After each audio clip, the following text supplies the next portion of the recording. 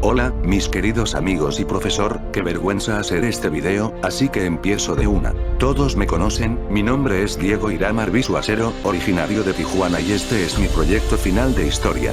México es nuestro país de origen y que, como muchos, ha tenido que afrontar cambios y procesos para un bien en su camino a ser un país sólido como muchos otros del mundo. La Revolución Mexicana fue un periodo bastante importante que marcó un antes y después en la historia de México, tras varios mandatos en donde se maltrataba y sobreexplotaba a los ciudadanos por ser ciudadanos, México quería un cambio. Y ese cambio llegó poco antes de que lo que conocemos como el fin del porfiriato, etapa antes de la revolución. Porfirio Díaz, presidente del país, por su cumpleaños número 80, el 3 de marzo de 1908, accedió a dar una entrevista al periodista James Creelman, periodista estadounidense. En esta entrevista Porfirio Díaz dijo que México estaba listo para la democracia, y que al terminar su periodo presidencial de 1906 a 1910, se retiraría de la presidencia y daría su apoyo a cualquier partido político que quisiera el poder. La gente se tomó muy en serio este aviso, pues se había publicado en todos los periódicos importantes del país y la gente no estaba contenta con el sistema de la economía de la nación, pues, aunque se estaba sacando adelante la economía del país, la gente pobre y de la clase trabajadora se veía perjudicada al verse sobreexplotada sin una paga adecuada y justa, cosa que hacía que se endeudaran y terminara pasando un ciclo donde eran sobreexplotados sin una paga en cuestión. Francisco I. Madero era un joven que formaba parte de una de las familias más ricas de todo México. Él fue una de esas personas que se tomaron en serio las palabras de Díaz, a lo cual empezó una campaña política cuyo nombre era Partido Nacional Antirreeleccionista. Continuando, había sido creado con la funcionalidad de ganar la sucesión presidencial de 1910. Durante este proceso, Francisco escribió un libro cuyo nombre era La sucesión presidencial en 1910, tremendo título que de hecho fue escrito en 1908.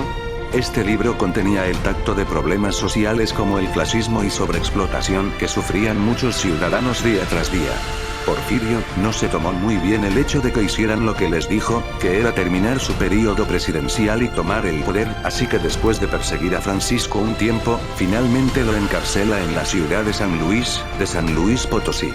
Durante su periodo en la cárcel, se llevaron las elecciones de 1910, las cuales ganó Díaz con un 98% de los votos.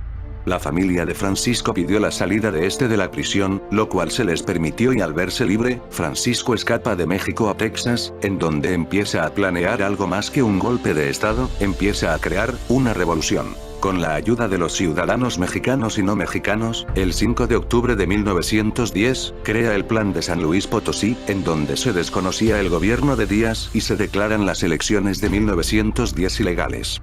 Este documento llega varios días después a el resto de México. En Puebla, el 18 de noviembre de 1910, se descubre una conspiración directa contra Porfirio Díaz creada por Aquiles Cerdán, en donde es asesinado y antes de su muerte, pide a los mexicanos que se levanten en armas el 20 de noviembre. El movimiento de la revolución empieza a tomar fuerza haciendo que diferentes levantamientos aparecieran en el país. Durante este proceso, el 25 de abril de 1911, Francisco I. Madero junto con la ayuda de Pascual Orozco, quien también era un revolucionario, toman Ciudad Juárez, Chihuahua, cosa que significó un golpe muy fuerte para Díaz, pues puso en peligro la relación con Estados Unidos al ver un nulo o escaso movimiento de Díaz por parar este ataque. Después de 7 meses en batalla desde el 20 de noviembre, un 25 de mayo de 1911, Porfirio Díaz, a la edad de 80 años, crea el documento de Ciudad Juárez, donde renuncia a su cargo presidencial y es exiliado fuera del país a París, Francia. Después de esto, se realizan nuevas elecciones donde al final resulte ganador Francisco I. Madero. Terminado este proceso contra Díaz, e inicio del mandato de Madero, empiezan a salir grupos en contra de revolucionarios y la manera de gobernar el país. Emiliano Zapata, quien había ayudado a Francisco con la revolución, era uno de estos revolucionarios que no estaban contentos con el gobierno de Madero, por lo cual crea el Plan de Ayala, donde desconoce el gobierno de Madero y pide al pueblo que se levante en armas. Tras hecho esto, Pancho Villa, que era un revolucionario que había ayudado en la revolución, se pone a órdenes de Victoriano Huerta, militar del ejército de Madero y anteriormente de Díaz. Después, Victoriano Huerta culpa a Villa de ladrón y manda a fusilarlo, cosa que finalmente no pasa gracias al escape que hace a Texas.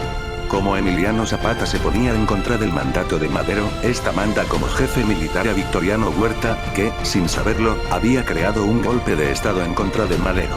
Huerta había juntado un grupo con los enemigos de Madero para hacer un golpe de estado, que del día 9 de febrero a 19 de 1913, de camino a la capital desde Chapultepec, Francisco es arrestado y obligado a dejar la presidencia a cambio de su vida. A este golpe de estado se le conoce como la Decena Trágica. Poco tiempo después, en su camino al exilio a Cuba de manera voluntaria para salvar su vida y la de su familia, Madero es asesinado el 22 de febrero de 1913. Tras la muerte de Madero, Pedro Lascurain toma su lugar en la presidencia y consigue el récord del mandato presidencial más corto de la historia con un plazo de 45 minutos de mandato. Al final Lascurain deja el poder a manos de Victoriano Huerta. Pancho Villa, al enterarse de la muerte de su amigo Madero, regresa a México y empieza a formar un ejército en el norte con ayuda de otros revolucionarios. Venustiano Carranza, quien era gobernador de Coahuila, crea el Plan de Guadalupe donde se desconoce el gobierno de Huerta y empieza a crear un ejército. Álvaro Obregón también formó parte de esta alianza del norte, ayudando a dominar el estado de Sonora, que, de hecho, también fue el único otro estado que desconoció el gobierno de Huerta. Entonces, con Pancho Villa en Chihuahua, Obregón en Sonora, Carranza en Coahuila, y Zapata en el sur, empezó un dominio del territorio mexicano para derrocar a Huerta de su mandato, que después de 17 meses de que éste llegara al poder, escapa cobardemente fuera del país a España. Con Huerta finalmente fuera del poder, Venustiano Carranza por sí mismo y sin ningún tipo de apoyo, se proclama primer jefe de la revolución. A lo cual Carranza llama a la mayor cantidad de revolucionarios para la Convención de Aguascalientes. En esta convención se realiza el 16 de julio de 1914, en donde se rigen nuevas leyes y se hacen nuevas elecciones presidenciales, donde termina ganando Eulalio Gutiérrez. Con Eulalio de presidente, nombra a Pancho Villa como jefe militar supremo, cosa que hace que Carranza huya durante un tiempo. Sin embargo, Carranza contaba con el apoyo de Álvaro, pues fue con su ayuda que Álvaro pudo tomar Sonora. A lo cual, Álvaro crea su propio ejército conformado de yaquís e indígenas maltratados que nombra como el Ejército Constitucional del Norte. El 4 de diciembre de 1914, Villa y Zapata forman lo que conocemos como el Pacto de Xochimilco, que se resume en juntar fuerzas para frenar a Carranza, ya que no lo creían capaz de gobernar al país. Obregón, como la pieza militar más importante de Carranza, empieza una serie de batallas en la zona del Bajío, que se encuentran en el centro del país, contra Pancho Villa, donde, aunque se llevó la victoria, pierde un brazo tras una explosión de granada lanzada por el mismo Pancho Villa.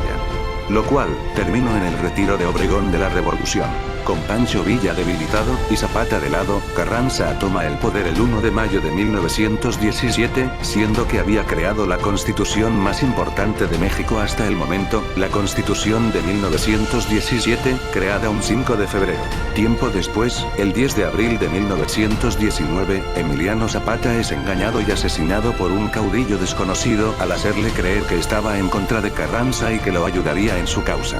Con esto, se acercaron las elecciones de 1920 en las cuales Obregón se había presentado, cosa que no agradó a Carranza y que hizo que apoyara a otro candidato, cosa que no estaba en su trato, pues se suponía que Carranza apoyaría a Obregón si se presentaba, a lo cual Obregón, junto a Adolfo de la Huerta, crea el Plan de Agua Prieta, en donde desconoce el gobierno de Carranza. Finalmente, Carranza se queda solo al ver que sus compañeros y trabajadores se juntan con Obregón, cosa que no pudo hacer nada contra ello, pues fue asesinado el 21 de mayo del 1920 en camino a Veracruz. Y espero que les haya gustado esto. Al momento de grabar son las 11:40 p.m. y en cuanto termine esto ya será de día. Efectivamente, empecé el domingo 6 de marzo a las 8 p.m. y son las 2:19 am del lunes 08. También tenía un poco más de guión preparado, donde ponía la muerte de Pancho Villa y la de Álvaro Obregón, pero ya fue mucho tiempo de edición y video, me tardo aproximadamente 1 hora por minuto de video y no quiero estar ni un segundo más aquí. Un gusto que me hayan escuchado y se la pasen bien. Vamos Filmora, a lo tuyo.